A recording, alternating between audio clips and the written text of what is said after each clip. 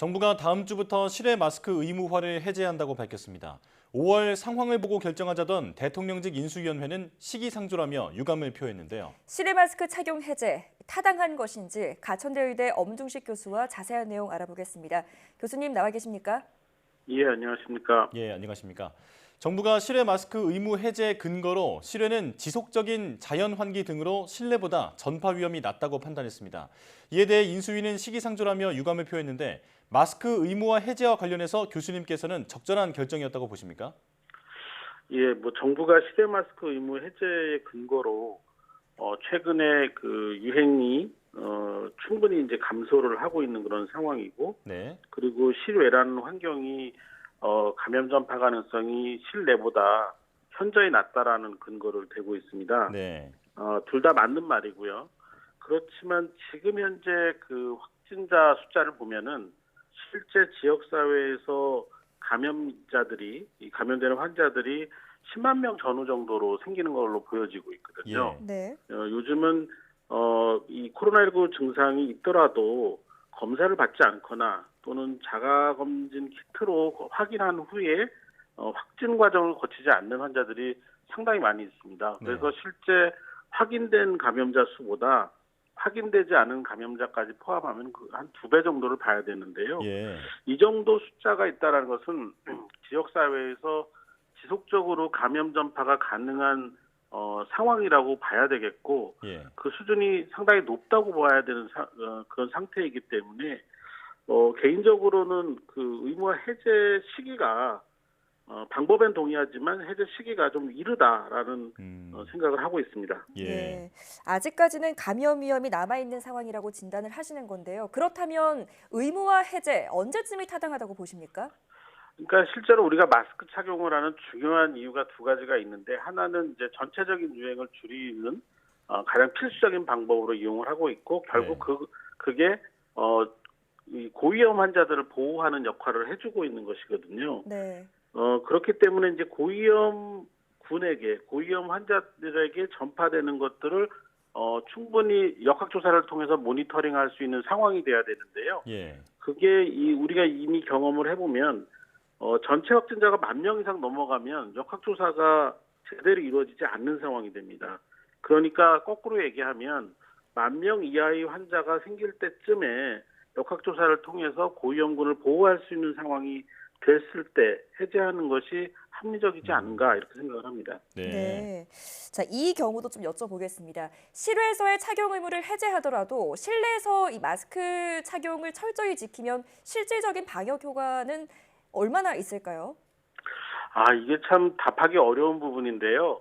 뭐냐면 거리두기 해제가 같이 돼 버렸습니다. 네. 거리두기 해제가 먼저 되면서 실제로 실내에서도 음식점 같은 곳에서는 시간 제한, 인원 제한 없이 취식을 할 수 있는 상황이 됐습니다.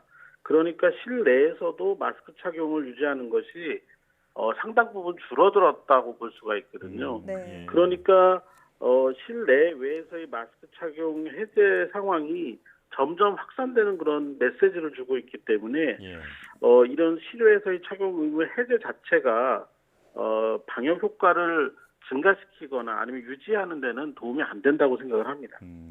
한마디로 방역 해이가 걱정된다라는 건데, 자, 하지만 어쨌든 실외에서는 마스크를 벗는 것으로 결론이 났습니다.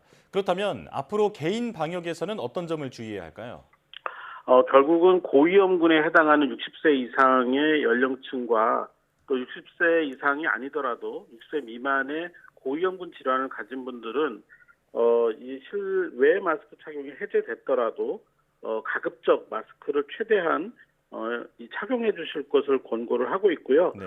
그리고 지금 이제 고위험군에 대한 4차 접종이 이제 본격적으로 시작이 되고 있는데, 이 백신 4차 접종에도 적극적으로 좀 참여해 주셔야 될 것 같습니다. 예. 네. 자율적이고 적극적인 방역 참여가 필요하다 이렇게 말씀을 해주셨습니다.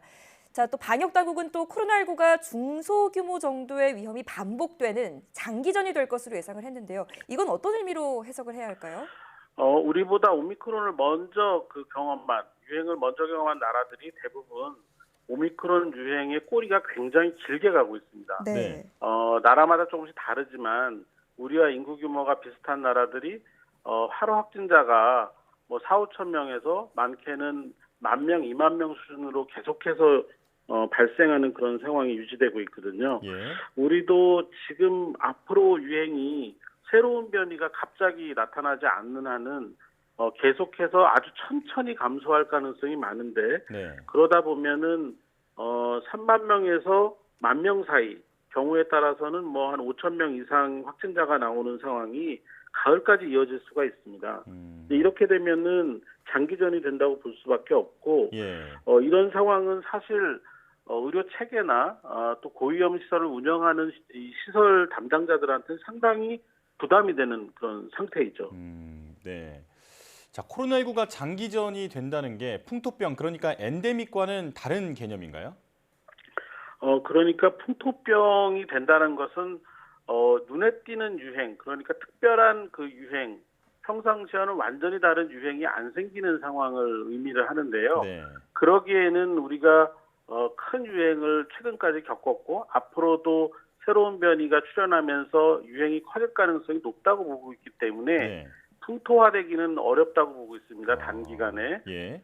대신에 이제 이런 그 유행과 유행 사이에 상당히 긴 기간, 뭐 4개월, 5개월, 6개월 정도까지 지속적으로 환자가 유지되는 그런 상황이 생길 수가 있는 거죠. 네. 자, 알겠습니다. 자, 그리고 이 대부분의 거리두기가 해제가 됐고 이제는 실외에서는 마스크까지 쓰지 않아도 되는데 당장 코앞에 우려되는 상황이 있습니다. 다음 주 어린이날을 맞으면 곳곳에 관광객이 붐빌 텐데요. 혹시라도 확진자가 폭증하는 계기가 되는 건 아닐까요? 우리가 이제 거리두기를 해제하고 그리고 마스크 해제를 하고 나서 2주에서 4주 정도를 굉장히 잘 모니터링을 해야 됩니다. 이때 유행이 다시 커지는지를 봐야 되는데요. 네. 공교롭게도 그 어린날이 그 거리두기 해제를 하고 2주에서 4주를 걸치는 기간 그리고 마스크 착용을 해제하고 열흘에서 2주가 되는 그 기간입니다. 네. 그래서 이 기간 중에 접촉자들이 그러니까 감염 전파가 많이 일어나면서 일시적인 유행 증가가 일어날 가능성이 있다고 보고 있기 때문에 네. 이 기간을 또 잘 관리를 해야 되는 부분이 있습니다. 네. 자, 고위험군은 실외에서라도 마스크 착용을 반드시 하는 게 좋겠다, 이렇게 정리할 수 있겠습니다. 자, 코로나19 브리핑 가천대 의대 엄중식 교수와 함께했습니다. 교수님 고맙습니다. 감사합니다.